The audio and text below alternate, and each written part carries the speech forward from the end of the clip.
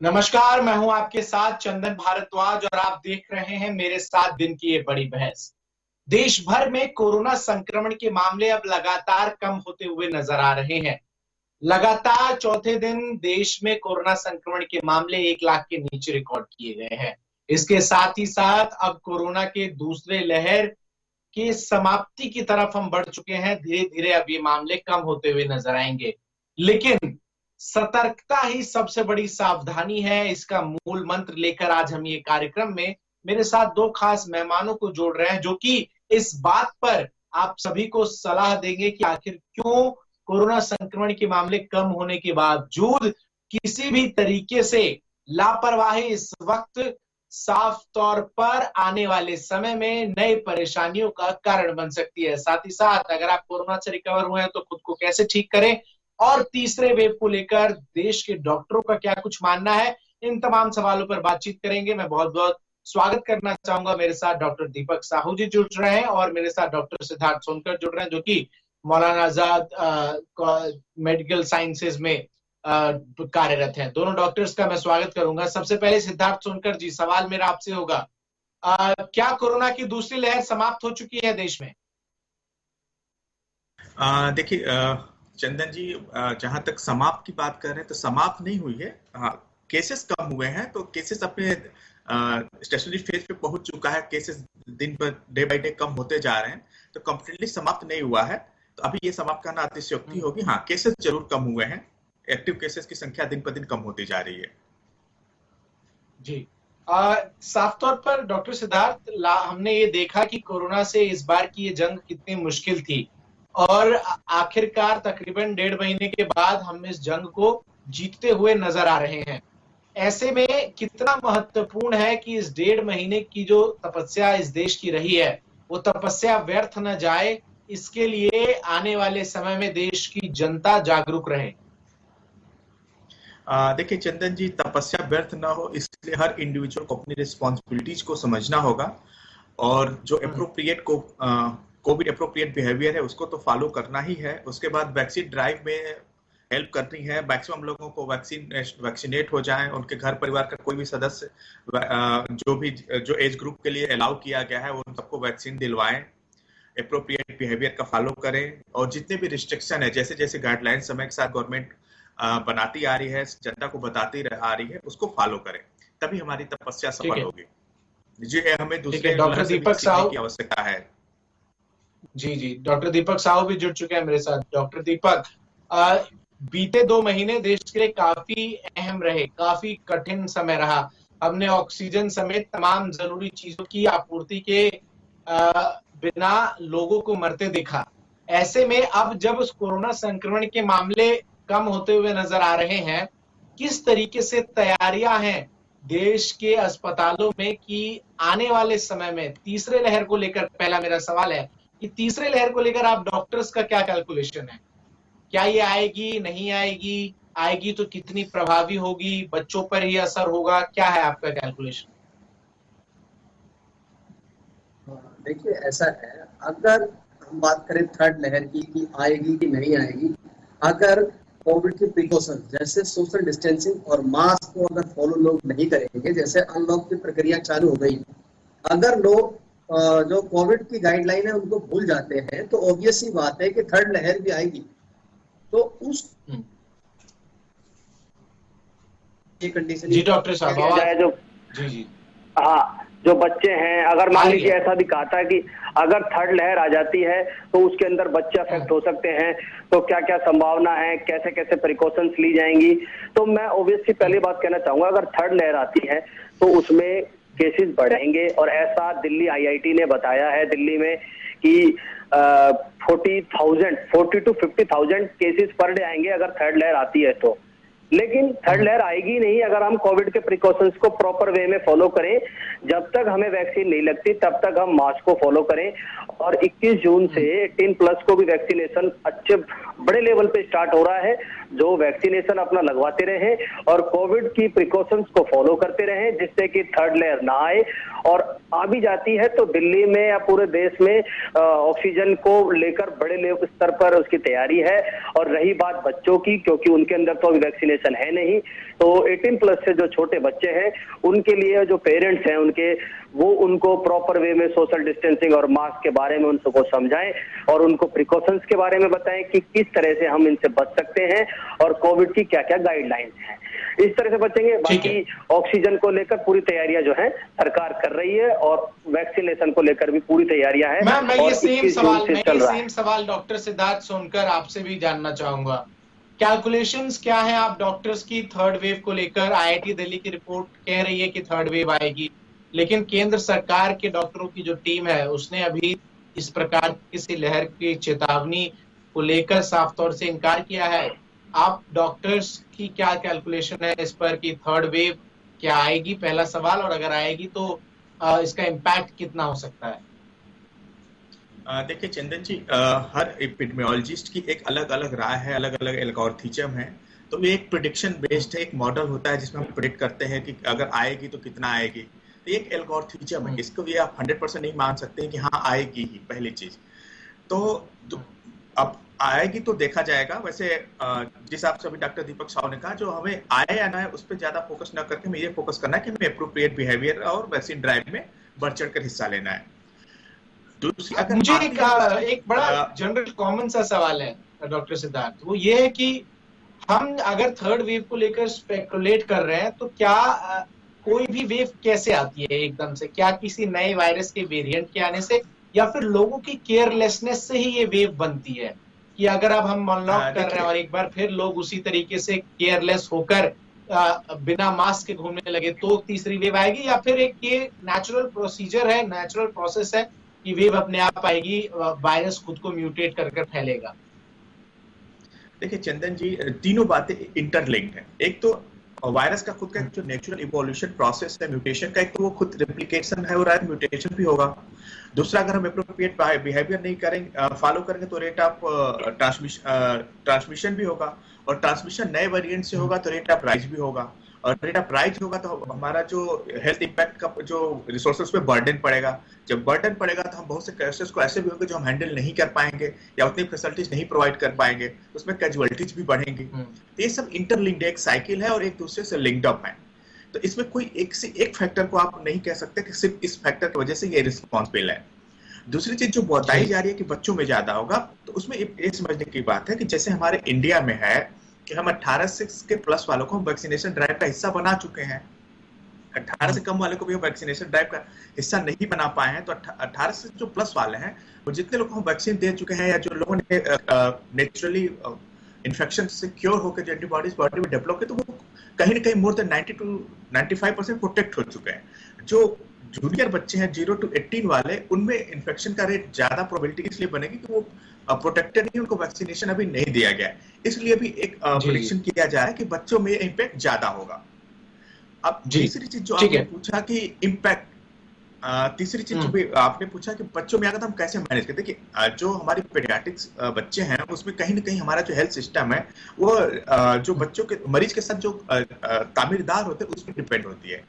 जो बच्चा है उसके जो बहुत सारे जो हमारे ट्रीटमेंट गाइडलाइंस है उसमें कई सारी डिफिकल्टीज आती हैं कि एक बच्चे को आप एक एडल्ट को मैसेज दे दे कि आप यहाँ लेटे रहना है, इसको देखते रहना है, वो कर सकता है, लेकिन एक बच्चा नहीं कर सकता। तो पीडियाट्रिक्स केयर के लिए हमें कहीं कहीं extra resources, extra man power की जरूरत होती है। तो उसकी तैयारियां हमें रिसोर्सेज हैं हमारे पास, क्योंकि जब एडल्ट केसेस कम होंगे बच्चों पर तो वो वर्कफोर्स इधर शिफ्ट हो जाएगी। तो तैयारियां हैं, थर्ड वेव अगर आती भी है तो जो हेल्थ सेक्टर वो इम्पावर्ड हो चुके हैं, हम हैंडल कर सकते हैं। ठीक है।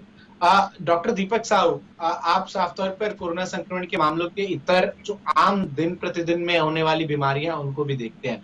अब मौसम भी बदलने को है, बारिश की मौसम की शुरुआत होनी है। डेंगू हर बार बारिश के मौसम में एक बड़ी प्रॉब्लम रहती है। इस बार की स्पेकुलेशंस डेंगू को लेकर क्या है, और क्या कोरोना के साथ डेंगू की दोहरी मार, हालांकि पिछले साल ऐसा नहीं हो पाया, पिछले साल हालांकि दिल्ली में तैयारियां दुरुस्त की गई सरकार के द्वारा, इस बार क्या डॉक्टर्स की तरफ से एहतियात जो है वो लोगों को बरतने को कहे जा रहे हैं? क्योंकि कोरोना से अभी लोग जो ठीक हुए हैं, अगर वो कल को डेंगू या अन्य किसी बीमारी से ग्रसित होते हैं तो उनके लिए तो ये बड़ा ही मुश्किल का समय हो जाएगा फिर।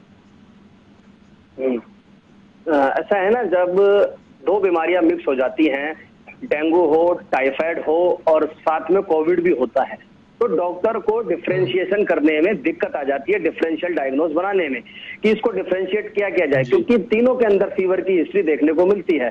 तो सबसे पहला मेरा यही कहना है सब लोगों को, और डॉक्टर से भी यही कहना है कि अगर फीवर की हिस्ट्री इस टाइम पे मिले या थोड़े दिन बाद, अब रेनी सीजन जो है देखने को मिलेगा, तो उसमें क्या करना है, अगर फीवर आता है तो सबसे पहले हमें ये आइडेंटिफाई कर लेना है कि ये टाइफाइड का है या इसमें डेंगू है या मलेरिया है या फिर हमारा ये कोविड के लिए है। पिछले ईयर अगर हम बात करें, जो प्रीवियस ईयर था, उसमें भी ऐसी सीन हुए थे कि मिक्सिंग हो जाती है और उसको आइडेंटिफाई करने के लिए तुरंत हमें डायग्नोज कराना है, और डायग्नोज जब तुरंत हो जाता है तो उसका, अगर कोविड पॉजिटिव वो आते हैं तो आइसोलेट होकर ट्रीटमेंट देना है। ऐसा ना हो कि उसको टाइफाइड समझकर आप पूरे एरिया में घूमते रहें और उससे सभी लोगों को फैल जाए। तो इस वजह से भी एक ये कारण होता है केस बढ़ने का कि कुछ लोग चेक नहीं कराते और टाइफाइड, मलेरिया इसको मानकर घूमते रहते हैं या वायरल मानकर घूमते हैं, और वही जो है स्प्रेड करते चले जाते हैं और काफी दिक्कत जो है हो जाती है और कम्युनिटी स्प्रेड होता है, लोगों में फैल जाता है और एक पीक हमें देखने को मिलती है। तो सिम्टम आने पर, फीवर आए, हेडेक, बॉडी एक जो भी हो, तुरंत अपना कोविड का टेस्ट करें, गवर्नमेंट फ्री में कर रही है, और करने के बाद और आइसोलेट होकर ट्रीटमेंट लें। ठीक है। लेकिन डॉक्टर दीपक, एक बड़ा अहम सवाल ये भी है, साफ तौर पर कोरोना से ठीक हो रहे लोग अब पोस्ट कोविड डिजीज से इफेक्ट हो रहे हैं। कितना डेंजरस है ये पोस्ट कोविड डिजीज से इफेक्ट होना, और किस तरीके से इससे बचा जा सकता है? देखो, पोस्ट कोविड में जनरली मेरे पास भी पेशेंट एक ऐसा आया था कि कोविड नेगेटिव होने के बाद उसका जो सीटी स्कैन हमने कराया था, क्योंकि उसको ब्रीदिंग डिफिकल्टी थी, तो सीटी स्कैन कराया तो 12 रीडिंग आई थी, निमोनिया उसमें परसिस्ट कर रहा था। तो उस कंडीशंस पे दिक्कतें आ जाती हैं, किसी को खांसी जो है कंटिन्यू कर जाती है, किसी का कोई स्मेल नहीं आती और किसी को फीवर भी परसिस्ट करता है। ये जो है पोस्ट कोविड में दिक्कतें आती है, किसी को वीकनेस की दिक्कत आती है, तो हर का मैनेजमेंट अलग अलग है। अगर ऐसे सिम्टम्स दिखते हैं तो अपना डॉक्टर कंसल्ट करके ट्रीटमेंट ले। ये बातें माइंड में नहीं रहनी चाहिए कि हम नेगेटिव हो गए हैं तो हमें अब कोई दिक्कत नहीं है या हमारे दिक्कत नहीं आएगी, डेथ नहीं होगी। मैंने ऐसा भी देखा है कि कोविड नेगेटिव होने के बाद भी डेथ हो जाती है, क्योंकि चेस्ट में इन्फेक्शन रहता है, निमोनिया बना रहता है, और वो निमोनिया जब बढ़ जाता है तो उस टाइम पे डेथ हो जाती है कोविड नेगेटिव होते हुए भी। अभी एक केस और आया था, अभी 10 मिनट पहले की मैं बात करूं, उसमें वो कोविड नेगेटिव है, बिल्कुल फिट एंड फाइन है, बट वो कहता है कि मेरा सोचते सोचते सांस फूल जाता है।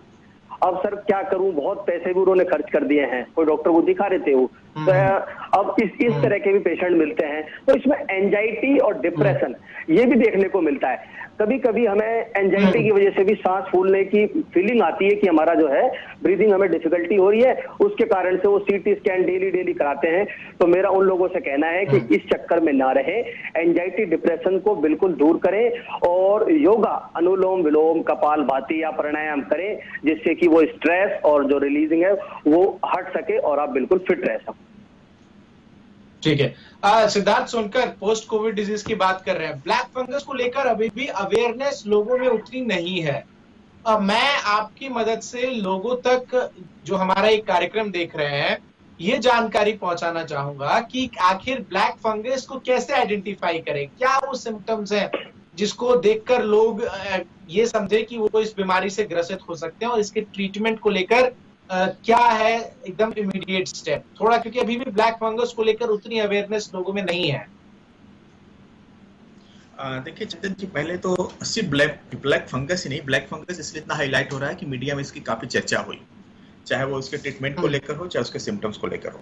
तो जो सेकेंडरी इन्फेक्शंस हैं पोस्ट कोविड के, वो सिर्फ ब्लैक फंगस के बहुत सारी ऐसी चीजें हैं, और उनमें ज्यादा है जिनके अनकंट्रोल्ड डायबिटिक है या फिर वो इम्यूनोसप्रेस पेशेंट है। जहां तक सिम्टम्स की बात है ब्लैक फंगस के, कई सारे सिम्टम्स हैं। आप वो विजुअली भी अगर आप नोटिस करेंगे, चाहे वो आई साइड की लालिमा हो, चाहे आंखों से पानी गिरना हो, चाहे आपके स्किन पे स्ट्रेसेस आ रहे हो, तो काफी सारे फैक्टर्स हैं जो आप विजुअल होके अगर आप ऑब्जर्व करेंगे तो यू कैन आइडेंटिफाई कि हमें कुछ तो एबनॉर्मल आपके शरीर में हो रहा है, उसको आप उस सिम्टम से मैच कर सकते हैं। और ये सिम्टम, ये जरूरी भी नहीं है कि थंब रूल है कि ये सिम्टम्स है तो आपको माइकोसिस ही हो गया है। ये सब हॉस्पिटल एक्वायर्ड इन्फेक्शंस में भी आते हैं, बहुत सारी चीजें हैं। तो इसमें अगर ज्यादा आप इस चीजों पे आप इन्वेस्टिगेशन करना शुरू करेंगे being a non medical person, तो ये आपको लिए और कष्टदायक होगा। जो जैसे कि डॉक्टर साहू ने भी कहा कि ये डिप्रेशन, एंजाइटी, ये भी कहीं न कहीं इनहांस कर रहे हैं कोविड कैजुअलिटीज को और माइल्ड से मॉडरेट सीवियर कन्वर्ट करने में। तो मैं एक पब्लिक ओपिनियन बोलूंगा कि अननेसेसरी का बर्डन न लें कि आपको सेकेंडरी इन्फेक्शन एक्वायर्ड हो गया है, आपको माइकोसिस हो गया है, आपको ये हो गया है, इन सब चीजों में ना पड़े। अगर कुछ भी एबनॉर्मलिटीज आपको दिखती है, आपके बॉडी में चेंजेस हैं, तो आप अपने डॉक्टर से कंसल्ट करें, खुद अपने आप से इन्वेस्टिगेशन करना बंद करें। कहीं कहीं ये चीजें लॉन्ग टर्म में आपके लिए नुकसानदायक होगी। ठीक है, ठीक है। लेकिन एक और इम्पोर्टेंट चीज है डॉक्टर सिद्धार्थ सोनकर, हम अब इस तरफ एक भी बात कर लेते हैं कि क्या कोरोना वैक्सीन के बाद, पहले तो ये वैक्सीनेशन की ही सवाल आपसे कर लेता हूं कि जिस तरीके से इस वक्त देश में वैक्सीनेशन की स्थिति है, आप डॉक्टर्स के कैलकुलेशन के मुताबिक कितना समय लगेगा पूरे भारत को वैक्सीन लगाने में? सरकार ने जो 2021 दिसंबर का डेडलाइन सेट कर रखा है, क्या इस समय में ये पूरा होता हुआ आपको नजर आ रहा है? देखिए चंदन जी, इसमें बहुत रॉकेट साइंस नहीं है। हमें बस इतना पता करना है कि हमारी जो पॉपुलेशन है 18 से लेकर 65 तक या 70 तक या प्लस, कितनी पॉपुलेशन है उसको कैटेगराइज जैसे किया गया था कि हम पहले सीनियर सिटीजन को दिए 44 से प्लस वाले के, फिर 18 से 44 तक को दे रहे हैं। तो हमारे पास जो हर डिस्ट्रिक्ट वाइज या टाउन वाइज या हॉस्पिटल वाइज उनके पास डेटा होता है, उस डेटा को हेल्थ केयर वर्कर के साथ पॉलिसी में शेयर करना है। और पर स्टेट भी अपनी रिक्वायरमेंट भेज रही है कि उसके पास कितनी पॉपुलेशन इस एज ग्रुप की, कितना डोज हमें चाहिए और कितना टाइम चाहिए। तो ऑलरेडी कैलकुलेटेड है, वो जैसे ही डोज मिलेगी और पर डोज पर डे में कितना टाइम लगेगा वो कैलकुलेट कर लेंगे। उसके डोज के हिसाब से डोज डिमांड के हिसाब से, कितने पॉपुलेशन के हिसाब से वो अपने मैन पावर को बढ़ा देंगे और डोज की टास्क को टाइमली कंप्लीट कर लिया जाएगा। तो वो डिपेंड करता है कि कितनी डोज मुहैया हो रही है, कितने लोग उनके उस पे हैं और कितने लोगों की आवश्यकता पड़ेगी वैक्सीनेशन ड्राइव को के टास्क को अचीव करने के लिए। तो इसमें बहुत सब कुछ एल्गोरिथम ऑलरेडी बना हुआ है, पर जो अवेलेबिलिटी होते ही सारी चीजें सॉल्व हो जाएंगी। ठीक है डॉक्टर दीपक साहब, एक महत्वपूर्ण सवाल ये कोविड बूस्टर शॉट्स को लेकर अब लगातार सुनने को मिल रहा है, क्या है ये बूस्टर शॉट्स और क्या भारत में भी ये जरूरी होंगे? देखिए, जो बूस्टर शॉट है उसका अभी इतना तो यहाँ पर यूज नहीं हो रहा है। इन जनरली देखें तो वैक्सीन को लेकर ही बात यहाँ पे चल रही है और उसका जो प्रोग्राम है वो कंटिन्यू चल ही रहा है। और अगर आप, मैं तो प्रॉपर वे में यही कहता हूँ लोगों से, पिछले बार भी यही कहा मैंने जब सेकेंड वेव नहीं आई थी उससे पहले भी, कि अगर हम इस प्रॉपर इसकी प्रिकॉशंस को लेते हैं तो कोई दिक्कत हमें नहीं आ सकती। और जो लोग आज आप देखिए कोविड की जो सेकंड वेव है वो बिल्कुल खत्म हो गई है और आप बाहर जाके देख सकते हो क्या हाल है। अब भी लोगों ने मास्क को हटा दिया है, हटाने के कारण से वो उम्मीद हो सकती है कि थर्ड वेव भी दोबारा हमारे बीच आ जाए। तो ये लोगों में थोड़ी कमी आ जाती है जिसकी वजह से हमें इतना दिक्कतों का सामना करना पड़ता है। और ये जो आपने रही बात बूस्टर वाली डोज की, तो इतना अभी इसका कोई एप्लीकेशन जो है देखने को नहीं मिल रहा है कि लगाई जा रही है नहीं है।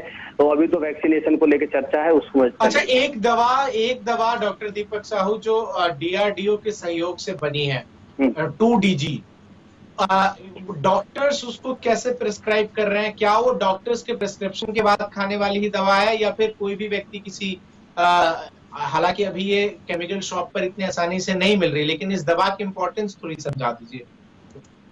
देखो, जो DRDO की तरफ से जो 2DG मेडिसिन आई थी वो पहली बात तो किसी भी आम आदमी को नहीं मिल सकती विदाउट डॉक्टर प्रिस्क्रिप्शन, और ये मेडिकल स्टोर पर अवेलेबल नहीं है। विदाउट डॉक्टर के नहीं मिलेगी, डॉक्टर प्रेस्क्रिप्शन होगा तभी ये मिलेगी। और फिलहाल तो ये हॉस्पिटल में जो पेशेंट एडमिट हैं या उनको ही ये दी जा रही है। ऐसा नहीं है कि हमें कोविड हो गया तो हम बाहर से मार्केट से जाके ले लें, तो ये वो नहीं है। अंडर सुपरविजन के देख रेख में ये मेडिसिन दी जा रही है और इफेक्ट भी देखने को इसके मिल रहे हैं। तो आम आदमी नहीं ले सकता इसको। जो हॉस्पिटल में एडमिट पेशेंट हैं डॉक्टर के प्रेस्क्रिप्शन से ही ये मिल सकती है और वहीं पर ये अवेलेबल है। और वैसे DRDO के जो सेंटर हैं उसके अंदर जहाँ पे पेशेंट एडमिट है वहां पर ये सबसे ज्यादा दी जा रही है और हॉस्पिटल को भी अगर रिक्वायरमेंट होती है तो वहां से मिलती है। ठीक है सिद्धार्थ सोनकर, जिस तरीके से पूरा संक्रमण का दूसरे लहर में हमने प्रकोप देखा, कहीं ना कहीं हमने एक चीज की कमी महसूस की, वो थी कि स्किल सेट जो मेडिकल इंफ्रास्ट्रक्चर से जुड़े लोग हैं उनमें स्किल सेट की ट्रेनिंग की हमने डेफिसिट देखी, जिसके कारण कई मौतें भी हुई। वेंटिलेटर्स पड़े हैं तो उनको ऑपरेट कैसे करना है ये नहीं पता, तमाम चीजें।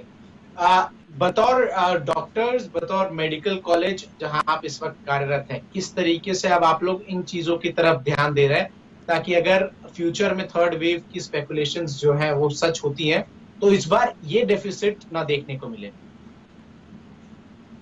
देखिए चंदन जी, ऐसा नहीं है कि स्किल सेट नहीं है। हो सकता है किसी को कम हो, किसी को ज्यादा हो, और जो स्किल सेट की बात होती है हर मेडिकल कॉलेज में रोस्टर वाइज होता है, हर किसी को हर चीज के लिए ट्रेंड किया जाता है। ये अचानक से ऐसे अब पेंडेमिक है, और पेंडेमिक में कोई भी चीज आप कितने भी आइडियलिस्टिक सिचुएशन रखें, आइडियलिस्टिक टास्क फोर्स रखें, स्किल फोर्स रखें, कहीं ना कहीं चीजें मैनेज करना अपने आप में खुद में चैलेंज है। जहां पे और पॉपुलेशन बर्डन इतना ज्यादा हो, हेल्थ इंपावरमेंट लो रिसोर्सेस हो, तो ये सिर्फ अगर इंडिया ही नहीं, अगर ऐसे बात कीजिए तो डेवलप्ड कंट्रीज का भी देख लीजिए, यूएस में है, यूरोप में भी है, वहां पे तो ये शिकायत नहीं थी कि वहाँ स्किल फोर्स नहीं थे, वहां पे कुछ स्किल फोर्स थे लेकिन कैजुअलिटीज हुई। तो कहीं ना कहीं चीजें हमें उसके हिसाब से भी सीखनी होती है। तो जहां तक हेल्थ सेक्टर के एम्पावरमेंट के साथ टास्क फोर्स, जो स्किल टास्क फोर्स की, तो उस पर वर्क किया जा रहा है, मैक्सिमम लोगों को ट्रेनिंग दी जा रही है, तो ऐसी कोई चैलेंजेस नहीं आने वाली। वो अचानक से इतना बर्डन बढ़ा था कि चीजें हुई हैं, तो उन चीजों से भी सीखते हुए चीजों को एम्पावर किया जा रहा है।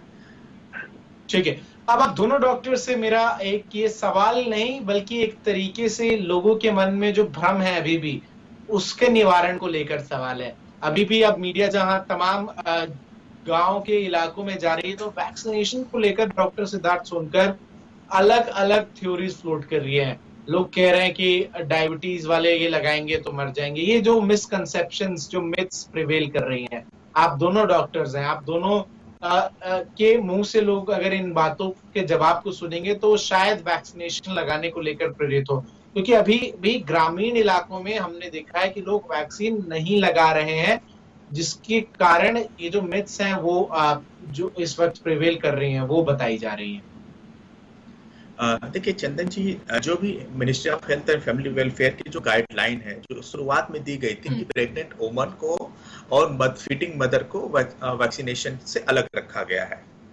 अब उसमें गाइडलाइन एक चेंजेस हुआ है कि फीडिंग मदर भी वैक्सीन ले सकती हैं। तो अभी जो अलग रखा गया है सिर्फ प्रेग्नेंट लेडी को रखा गया, उसके अलावा किसी को भी ये रिस्ट्रिक्शन नहीं है कि वो वैक्सीन ना लें, चाहे वो डायबिटिक के हों, चाहे उनकी बाईपास सर्जरी हुई हो, चाहे उनको और एंटीबायोटिक थेरेपी पे या ट्रीटमेंट पे हो, तो कहीं भी ऐसा नहीं है। बाकी जो गांव और घर में जो मिथ या कॉन्फ्लिक्ट हुआ है वो डिपेंड हुआ जो थोड़ा सा कुछ पॉलिटिकली या फिर जो सोशल सार्वजनिक जीवन में है उन लोगों के लूज स्टेटमेंट की वजह से हुआ है, जो जिसको उन्होंने बाद में सुधारा भी। चाहे वो उत्तर प्रदेश की अगर बात करें तो पूर्व मुख्यमंत्री अखिलेश यादव जी का कहना, फिर अभी लास्ट वीक माननीय मुलायम सिंह जी का वैक्सीन लेना, तो कहीं ना कहीं ये जो कम्युनिकेशन गैप या जो रॉन्ग सेंस में चीजें प्रेजेंट हुई हैं जो नहीं होने चाहिए थे, वो कुछ ज्यादा डैमेज कंट्रोल किए हैं। लेकिन अभी लोग, जनता भी समझने लगी है। जो लोग फर्स्ट वैक्सीनेशन ड्राइव में नहीं आ रहे थे वैक्सीन सेंटर तक, वो लोग खुद आ रहे हैं, लाइन लगा के वेट कर रहे हैं अपनी बारी का, और वैक्सीन के लिए ये सब चीजें चल रही हैं। तो कहीं ना कहीं ये चीजें रिवाइव हो गई हैं, इसमें बहुत ज्यादा अभी चिंतन करने की जरूरत नहीं है। ठीक है डॉक्टर दीपक साहब, एक बड़ा महत्वपूर्ण सवाल इस चर्चा में जो अब तक छूट रहा था, हम कोरोना संक्रमण के आंकड़े कम होते जरूर देख रहे हैं, लेकिन मौत का आंकड़ा अभी उस बनस्पत क्यों नहीं कम हो पा रहा है? कल भी 6000 से ऊपर मौत के आंकड़े, 6000 के तकरीबन आंकड़े देखे गए। मौत का आंकड़ा इस बार कम होने में इतना समय क्यों ले रहा है? ये थोड़ा आप अगर एक्सप्लेन कर पाए। देखिए, मौत का आंकड़ा इसलिए है कि एक तो जो कोविड का जो वेरिएंट था वो भी काफी डेंजरस था। उसमें आपने देखा किसी का ऑक्सीजन 50 तो किसी का 60, इस तरह की जो चीजें देखने को मिली। साथ में पहले तो चलो हमारे पास ऑक्सीजन की अवेलेबिलिटी थी, बट अब तो वो है, लेकिन डेथ अब भी हो रही है। तो उसके पीछे तो मैं यही जानना चाहूंगा, क्योंकि क्या है कि लॉन्ग टर्म तक अगर हॉस्पिटलाइज पेशेंट रहता है और हम उसमें लंबे समय तक स्टेरॉइड कंटिन्यू करते हैं, तो होता क्या है 15 से 20 दिन बाद उसमें फंगल इन्फेक्शन आ जाता है, और फंगल इन्फेक्शन के कारण से जो है फिर वो डेथ हो जाती है। मोस्टली डेथ ऐसा देखा जाता है हॉस्पिटलाइजेशन में, आईसीयू पेशेंट में, कि अगर उनकी डेथ होती है वो तो कोविड नेगेटिव होने के बाद होती है। क्यों? क्योंकि उनके अंदर कॉम्प्लिकेशंस जनरेट हो जाते हैं, जैसे फंगल इन्फेक्शन है और फाइब्रोसिस होने लगता है लंग्स का, और इसी तरह से जो है उनकी फिर डेथ की तरफ वो चले जाते हैं और डेथ हो जाती है। और रहे बात होम आइसोलेशन में है, तो इतनी सीवियरिटी घर में होम आइसोलेशन में नहीं देखने को मिलती, और जो आईसीयू पेशेंट्स हैं उनके अंदर वहां एडमिट है 15 से 20-25 दिन हो गए हैं, तो सीवियरिटी आ जाती है और जैसे डेथ हो जाती है फिर उनकी। ये है, इसलिए डेथ का बढ़ रहा है। ठीक है सिद्धार्थ सोनकर, डेथ का आंकड़ा इस बार कम इसलिए हो रहा है क्योंकि आईसीयू पे पेशेंट्स पीछे से ही बहुत ज्यादा है, इसीलिए ये आंकड़ा कम होने में समय लग रहा है। नहीं, एक चीज चंदन जी जैसा दीपक जी ने कहा वो उससे मैं एग्री कर रहा हूँ। एक चीज और भी है, सेकेंड फेजेस के बाद बहुत से ऐसे ट्रीटमेंट गाइडलाइन में भी चेंजेस हुए, जैसे जो माइल्ड और मॉडरेट केसेस थे वो घर पे भी केयर होने लगे, ठीक होने लगे, लेकिन जो हॉस्पिटल तक केसेस पहुंचे वो मैक्सिमम सीवियर केस कम है, पहली चीज। और दूसरी, सीवियर केसेस में जो पोस्ट कोविड कॉम्प्लिकेशन है वो भी, उसका रिस्क भी हाई है, इसलिए वो डेथ ज्यादा दिखा रहा है। वो भी सीवियर केसेस के, रिकवरी भी इंक्रीज हुई है, एक्टिव केसेस भी डिक्रीज हुए हैं, लेकिन केसेस ज्यादा इसलिए है कि वो सीवियर केसेस जो वहां पे उसमें रिकवरी रेट कम है। तो कहीं न कहीं वो माइल्ड मॉडरेट तो ठीक हो रहा है, लेकिन सीवियर केसेस में रिकवरी रेट की प्रोबेबिलिटी थोड़ा कम है, इसलिए भी वो डेथ रेट ज्यादा दिखा रहा है, क्योंकि ये नेचुरल फिनोमिना है। अब एक हाई एंड तक पहुंचने पर जब हम रिकवर करते हैं तो डेथ रेट बढ़ती है। ठीक है, बहुत बहुत शुक्रिया डॉक्टर दीपक साहू जी आपका और डॉक्टर सिद्धार्थ सोनकर जी आपका मेरे साथ जुड़कर तमाम सवालों के जवाब देने के लिए। और निश्चित तौर पर निष्कर्ष चर्चा का ये निकाला जा सकता है कि भले ही कोरोना संक्रमण के मामले कम हो रहे हो, लेकिन सावधानी किसी भी तरीके से इस वक्त अगर हटेगी तो दुर्घटना जरूर घटेगी। बहरहाल आज के लिए बहुत बहुत शुक्रिया आप सभी का हमारे साथ जुड़ने के लिए। फिर हाजिर होंगे आपके सामने एक नए विषय के साथ, तब तक खबरों का सिलसिला लगातार जारी है।